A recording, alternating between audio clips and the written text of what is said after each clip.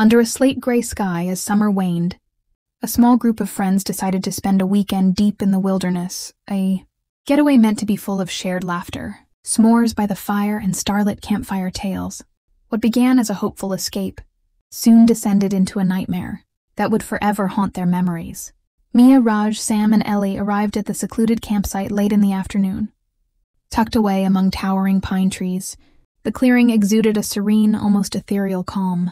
They pitched their tents near a narrow, winding creek whose gentle burble blended with the distant calls of unseen creatures. As twilight crept closer, the gentle hum of nature quickly began to feel like an ominous prelude. From the moment they stepped off the creaking gravel path, the group sensed something was off. Raj recalled the local legend of the Whispering Wood, where campers spoke of strange lights and soft voices that echoed through the trees, voices that were said to belong to souls unable to rest. After a light dinner, the friends gathered around the flickering campfire. Between jokes and the clinking of tin cups filled with hot cocoa, an elderly man arrived unannounced. His face was deeply lined, and his eyes hinted at untold sorrows. Introducing himself as Mr. Caldwell, he warned them in a quiet, gravelly, "Beware the nightfall, for the woods have their own stories. They watch, they remember, and sometimes they demand a price." Dismissed at first as the ramblings of an eccentric local, his warning fell into the background as the night deepened. But as the fire's last embers dwindled, a strange chill crept into the campsite. Shadows began to stretch unnaturally, and a soft, almost imperceptible whisper threaded among the trees. Later that night, as most of the group slept fitfully in their tents, Mia awoke to a low, lulling hum. The sound was not wind rustling through leaves, but something more deliberate, a cadence that felt like footsteps circling her tent. Swathed in darkness, she could barely make out a figure watching at the edge of her vision. When she peered out, the vast forest was silent. Yet the feeling of being observed was undeniable. In her brief moments of terror-induced sleeplessness, she recalled Mr. Caldwell's words. She quietly woke Raj, who immediately opened his flashlight and scanned the tree line. The beam danced across gnarled trunks, but no one stood there. Nevertheless, a record of faint, echoing whispers matched the rhythm of their racing hearts. Morning brought no relief. The campsite had changed inexplicably overnight. Hikers who had used the trail earlier mentioned strange symbols, carved into ancient trees, and a distant, almost musical echo that seemed to lure wanderers deeper into the forest. Ellie discovered odd scratch marks on her tent's fabric, a desperate warning, or perhaps the herald of an unseen presence brushing against the tent during the dark hours. Determined to uncover the truth, the friends set out on foot. The deeper they ventured, the more the forest revealed itself as a living, watchful entity. They found remnants of old belongings, a rusted tin box, a weathered photograph of a smiling family, and a diary page that described the mysterious vanishings of several campers from decades past.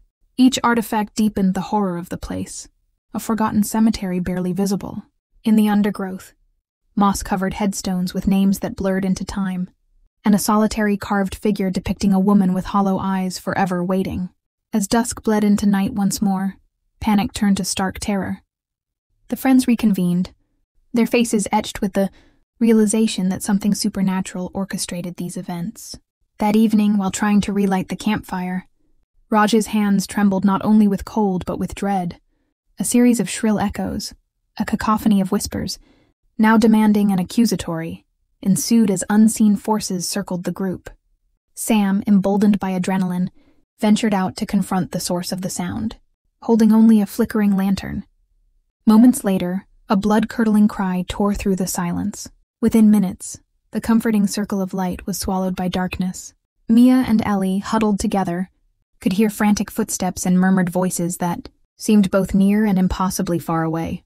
When Sam returned, his face was ashen, eyes wide with horror, and his words came out in halting gasps. "There's something out there. Something that knows every secret you try to forget." Before anyone could respond, the sound of snapping, twigs and a penetrating gust of icy wind broke through the night. Panic took over as the group fled, stumbling through the forest. Shadows, moving independently of any light, pursued them with relentless determination. The forest itself seemed to twist and contort, paths shifting unpredictably until every step led to more terror. By the time the first rays of dawn pierced through the canopy, Mia, Raj, Sam, and Ellie emerged from the forest, forever marked by their ordeal. The haunting experiences of that night turned into a shared, unspoken pact between them, an understanding that some places harbor ancient grudges and lingering regrets that even the light of day cannot dispel.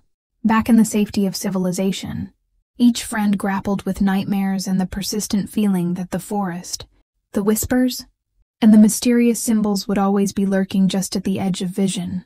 They learned that some legends hold more truth than comfort, and sometimes escaping into nature means stepping directly into a tapestry woven from forgotten tragedies, untold stories, and the relentless pulse of something unfathomable. Years later, fragments of their memories still surfaced.